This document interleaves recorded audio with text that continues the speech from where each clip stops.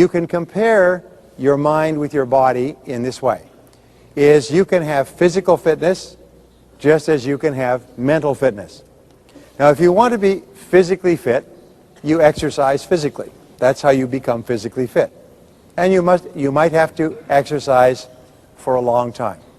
If you want to become mentally fit, which is if you want to become an optimist, you have to exercise mentally as well. And so we find that optimists have three special ways of thinking that you can practice, and when you practice them, you become an optimist. When you become an optimist, you are happier, you are more successful, you have higher self-esteem, you like other people more, other people like you and want to do business with you. When you are an optimist, every door opens for you. If you're a pessimist, every door closes. By the way, before I tell you the keys to optimism, to learning how to become an optimist, can you guess what unhappy, negative, unsuccessful people think about most of the time? Well, the answer is they think the opposite way from optimists. Optimists think about what they want and how to get it. Pessimists think about what they don't want, their problems, and who's to blame. Optimists think about the future and where they're going. Pessimists think about the past and who hurt them in the past. Optimists let go of the past because they can't do anything about it. Pessimists hold on to the past because it's all they have. So your job is to let go of the past. One of the great rules for success in life is don't spend any time worrying about something that you can't change. And you can't change the past. So instead of worrying about the past and what happened and who's to blame and thinking about how you could have done it differently, instead let it go and focus on where you're going. There's a wonderful little line that says this: when you turn toward the sunshine, the shadows fall behind you. Your job in life is to turn toward the sunshine, which is to think about what you want. So here's the three keys. Number one, think about what you want and how to get it most of the time. That will keep you positive and optimistic. Number two, look for the good in every situation. Look for the good in every person. Look for the good in every difficulty. Develop the habit of saying the words, "That's good," whenever something goes wrong. For example, you find out that your house burned down. Well, that's good. You needed a house closer to work anyway. Your car got stolen. Well, that's good. The ashtrays were full anyway. You lost your job. Well, that's good because you didn't like the job anyway. So keep looking for something good. Now, let me ask you a question. Does anybody have in their home a dimmer switch that you turn up and down to increase the light, lower the light? Does anybody have a dimmer switch at home? Okay, say yes. Okay, everybody has a dimmer switch. All right. If you don't have a dimmer switch, you know what it is, all right? So you notice they have a dimmer switch in this room. They keep changing the lights up and down. The person who is operating this dimmer switch is smoking something. So he's having a good time. He's turning the switch up and down. Here's the rule. When you turn a dimmer switch up, it's bright. When you turn it down, it's dark. You have a dimmer switch on your brain as well. When you think about what you want and how to get it, your dimmer switch goes on full. When your mental dimmer switch is fully lit, you are more creative, you are more positive, you have more energy, you are more personable and friendly, you are more intelligent, you are the best person you can possibly be when your dimmer switch is on full. And whenever you think about what you want and how to get it, your dimmer switch goes on full.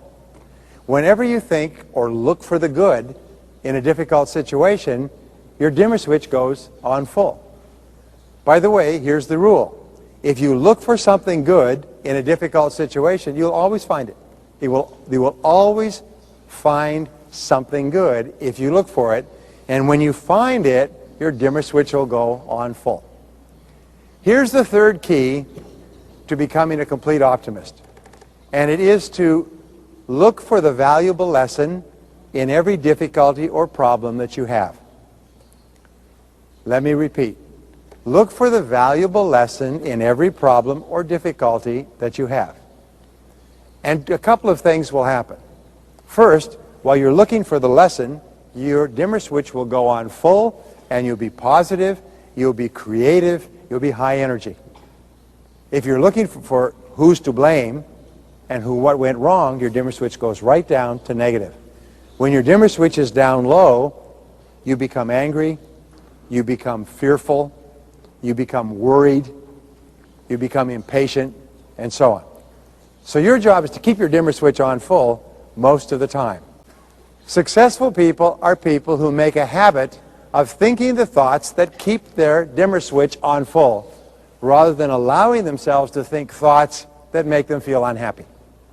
So, I had a friend once who told me that every time God wants to send you a gift, he wraps it up in a problem. And if God wants to send you a big gift, which means a really valuable lesson, he wraps it up in a big problem. So I know that many of you feel you have too many gifts right now. But if you look into every problem as a gift, you will always find the gift. And I want to give you an exercise. First of all, question, does anybody here have any problems? Of course, we all have problems. It is normal and natural to have problems. All of life is a continuous series of problems. The only interruption in this series of problems is the occasional crisis. So if you're living a normal life, you will have a crisis every 2 or 3 months. It will be problem, problem, problem, problem, problem, problem, crisis. So your life will be a series of problems and crises. Which means, by the way, that everyone in this room is either in a crisis right now, or you just got out of a crisis, or you're just about to have a crisis. And that's the way the world works. The only thing that matters is how you deal with the problems and crises. So I want you to think about your problems. And imagine that your problems are like a stack of dishes, a stack of plates. There's always one plate on top. This is the biggest problem that you have in your whole life. I want you to think about your problems and say, all right, what is the biggest problem I have today? This is the problem that causes you the most worry. This is the problem that makes you the most unhappy. This is your biggest problem in life. Sometimes it's a financial problem. Sometimes it's a relationship problem. Sometimes it's a health problem. But I want you to think about your biggest problem just for a moment. And then I want you to imagine that this problem was designed just for you on the other side of the universe. And it was designed by a great power in the universe that wants you to be successful and happy. And this power knows that for you to be successful and happy, you have to learn a series of lessons. And this power also knows that you will not learn a lesson unless it hurts in some way.